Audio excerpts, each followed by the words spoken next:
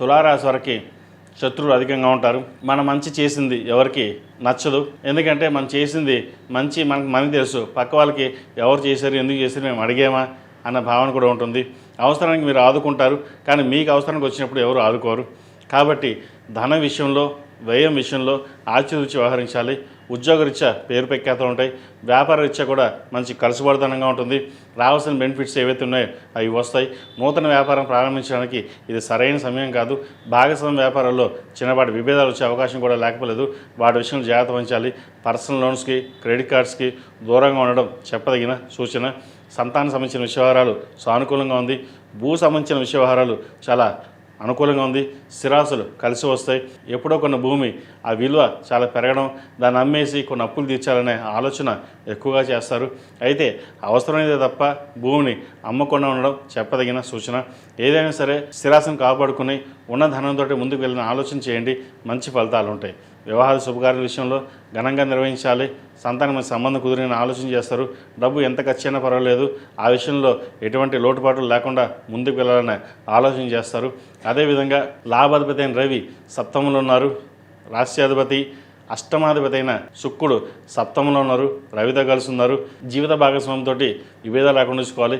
వ్యాపారంలో కూడా స్థిరమైన నిర్ణయాలు తీసుకుని ముందుకు వెళ్ళాలి, లేకపోతే నష్టం వచ్చే అవకాశం గోచరిస్తుంది. ఈ వారం సాధ్యమైనంత వరకు ధనాన్ని ఎంత తక్కువగా ఖర్చు పెడితే అంత మంచిది. అదేవిధంగా శత్రువులు మీపైన విజయం సాధిస్తారు. వాళ్ళు ఏ పన్నాంగం పండుతున్నారో తెలియకుండా అందరూ మనవాళ్ళే అనుకుని వెళ్ళడం చెప్పదగిన సూచన కాదు. అదేవిధంగా విద్యార్థులకు కాలం అనుకూలంగా ఉంది. దూర ప్రాంత ప్రయాణాలు, వైద్య వృత్తిలో ఉన్నవారికి, కాస్మెటిక్స్, సినీ కళారంగంలో ఉన్నవారికి మంచి పేరు ప్రఖ్యాత లభిస్తాయి. రియల్ ఎస్టేట్ రంగంలో ఉన్నవారికి కాస్త ఇబ్బందికరమైన వాతావరణం చెప్పచ్చు. సాఫ్ట్వేర్ రంగంలో ఉన్నవారికి ఉద్యోగం పోయే అవకాశం లేకపోలేదు, లేదా నూతన ఉద్యోగం కోసం ప్రయత్నాలు చేసి ఉన్న ఉద్యోగం రిజైన్ చేసే అవకాశాలు కూడా లేకపోలేదు. ఏదైనా సరే వచ్చిన అవకాశాన్ని వదులుకోకుండా ఉన్న ఉద్యోగం స్థిరంగా ఉండడం చెప్పదగిన సూచన. దూర వ్యసనాలకి, స్నేహితులకి దూరంగా ఉండడం చెప్పదగిన సూచన. ఈ రాశిలో జన్మించిన స్త్రీలకు వృత్తి ఉద్యోగాల పరంగా, వ్యాపార పరంగా సానుకూలంగా ఉంటుంది. అయితే ఖర్చు రూపాయి వస్తే ₹2 ఖర్చు ఉంటుంది. రూపాయి లాభానికి ₹2 ఖర్చు. అది ఎలా వెళ్తుందో, ఏం చేస్తామో మనకు తెలియకుండా పోతుంది. అయితే ఈ విషయంలో మటుకి చాలా జాగ్రత్త వహించాలి. రూపాయి వస్తోంది, కానీ ఖర్చు మటుకి ₹2 అవుతుంది. ఇటువంటి విషయాల్లో జాగ్రత్త పడకపోతే భవిష్యత్తులో ఇబ్బందులు ఉండే అవకాశం గోచరిస్తుంది. వ్యాపార నిమిత్తం కూడా ఆచితూచి అడుగులు వేయాలి.